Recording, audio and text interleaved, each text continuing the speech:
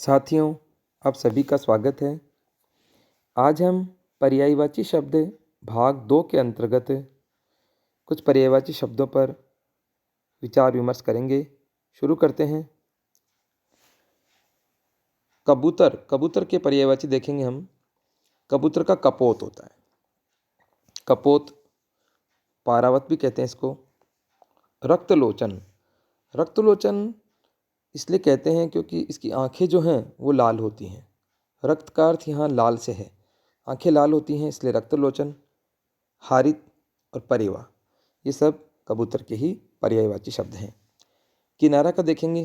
तीर होता है, जैसे पानी होता है नीर और किनारा होता है तीर। नीर तीर, इस तरह से हम याद कर सकते हैं।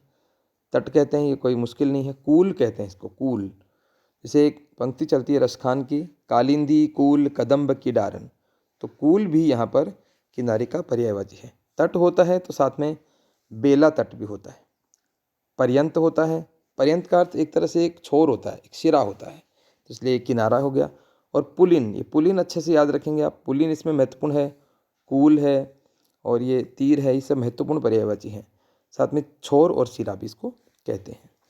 किरण के देखेंगे। किरण को रश्मि कहते हैं और रश्मि कहते हैं, और साथ में कर, कर भी कहते हैं किरण को। कर हाथ को भी कहते हैं लेकिन किरण को भी कहते हैं।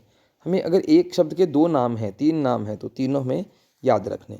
अंशु कहते हैं, अंशु किरण को कहते हैं। अंशुमाली सूर्य का पर्यायवाची होता है। मरीचि होता है किरण का, लेकिन मरीचि में यदि अंतिम जो मात्रा, चय की जो मात्रा यदि बड़ी होती है ई की, तो फिर वो सूर्य का पर्यायवाची हो जाएगा। तो हमें मात्रा पर भी पूरी तरह से ध्यान रखना है। मयूख होता है और कल्ला होता है। कृष्ण के देखेंगे। कृष्ण के जैसे नंद नंदन है, नंद नंदन कि नंद बाबा का बेटा। नंदन का अर्थ होता है बेटा और नंद यानी नंद बाबा, नंद बाबा का बेटा है इसलिए नंद नंदन। और साथ में इनको यदुनंदन भी कहते हैं क्योंकि यादव वंश के भी बेटे हैं। और मुरलीधर सीधा ही है कि मुरली को धारण करते हैं।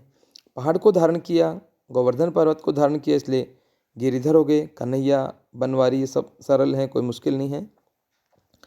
और श्याम कहते हैं। मुकुंद, मुकुंद एक याद रखने वाला है। हम कहीं किसी जगह से कन्फ्यूज हो जाते हैं कि मुकुंद है या कुछ और है, तो मुकुंद यहाँ पर कृष्ण का पर्यायवाची। माधव कहते हैं।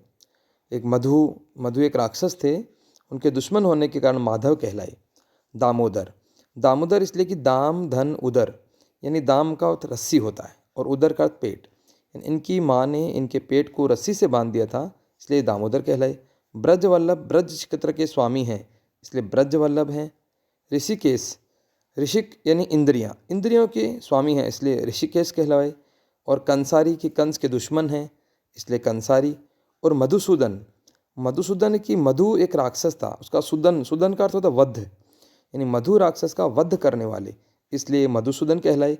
और द्वारकाधीश, द्वारका की अधीश हैं, द्वारका के स्वामी हैं, इसलिए द्वारकाधीश कहलाए। आगे देखते हैं।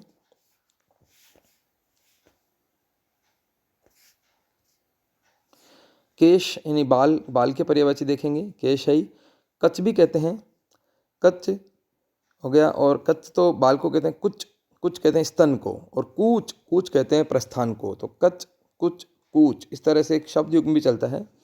कुंतल, कुंतल बाल को कहेंगे, थोड़ा अच्छे से याद रखेंगे। कुंतल का भी पूछा जाता है। चिक्कूर भी महत्वपूर्ण है। सिरोरु है और मेचक, ये सब बाल के पर्यायवाची हैं। काकुल, काकुल होता है, पश्म होता है। ये सब बाल के पर्यायवाची हैं जो हमें याद रखने हैं। कोयल का देखेंगे। पिक होता है। कोयल को पिक कहते हैं, कौवे को काक कहते हैं, तो इसको पिक कहते हैं। काक पिक, यूँ शब्द प्रचलन में। काक यानी कौवा और पिक मतलब कोयल। श्यामा काले रंग की होती है इसलिए श्यामा कहलाती है। कोकिल कहते हैं इसको, तत्सम शब्द है कोकिल और तद्भव है कोयल, इसका तत्सम तद्भव हो गया ये। बसंत दूत, बसंत के महीने में दूत की तरह होती है, दूत का काम करती है, बसंत दूत। और पाली भी कहते हैं, याद रखें। और वन में सबको प्रिय होती है क्योंकि इसकी आवाज़ बहुत प्रिय होती है, इसलिए वन प्रिय भी कहलाती है। कौवे का देखेंगे। काक कहते हैं, संस्कृत में कहते हैं इसको, तत्सम है काक। काग भी कहते हैं और काण भी कहते हैं, तीनों एक जैसे। काक, काग, काण, ऐसे याद रखेंगे। वायस कहते हैं। पिशून थोड़ा याद रखना है। करट, बलिपुष्ट और एकाक्ष, एकाक्ष इसलिए कहेंगे कि एक आँख से देखता रहता है और इसकी नज़र बहुत ही तेज होती है। गंगा के देखेंगे। मंदाकिनी कहते हैं, मंद मंद प्रवाहित होती है मंदाकिनी। जाह्नवी एक जहनु ऋषि था जहनु ऋषि की बेटी होने के कारण, माने जाने के कारण जाह्नवी कहलाई और इसीलिए जहनु तनया भी कहलाई। जाह्नवी और जहनु तनया दोनों जहनु ऋषि से ही इसका संबंध है। त्रिपथगा 3 रास्ते पर गमन करती है संगम के बाद में, और संगम से, और इसके बाद देव नदी देवताओं की नदी मानी जाती है, और देवपगा, तो देवताओं से इसका संबंध होने से देव नदी, देवपगा, सुरसरी और सुरसरिता ये उसके पर्यायवाची हैं। साथ में विष्णुपदी कहलाती हैं और सुरधुनी भी इसको कहते हैं। ये गंगा के पर्यायवाची हैं। इसके बाद आगे देखते हैं गणेश।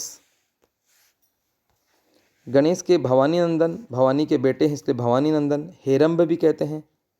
मूषक वाहन, क्योंकि चूहा इनका वाहन है। गिरिजानंदन, पार्वती के बेटे होने के कारण गिरिजानंदन। गणपति भी कहते हैं इनको। गणों के स्वामी हैं इसलिए गणपति कहलाए। एक दंत, एक दांत, देखो जैसे 2 हाथी की तरह 2 दांत निकले हुए लेकिन एक टूटा हुआ है इसलिए एक दंत कहलाते हैं। विनायक, विशेष प्रकार के नायक, जैसे नायक, नायक कौन होता है? हीरो, हीरो को नायक कहेंगे तो इनको विनायक कहते हैं, विशेष प्रकार के नायक हैं। और गजानन, गज धन आनन, गज यानी हाथी, हाथी का मुख है इसलिए गजानन कहलाए। गाय का देखो देखेंगे धेनु होता है। धेनु बहुत सिंपल सा, गाय, गाय भी हम याद, गो याद रखेंगे। सुरभि, सुरभि में खास बात याद रखेंगे, यदि सुरभि में बड़ी मात्रा है तो गाय का पर्यायवाची होगा, और यदि इसमें छोटी मात्रा है तो फिर ये सुगंध का होता है। इसके अलावा गौरी होता है, गौरी यानी सफ़ेद रंग की होती है अधिकतर इसलिए गौरी। गैया भी कहते हैं, गऊ भी कहते हैं।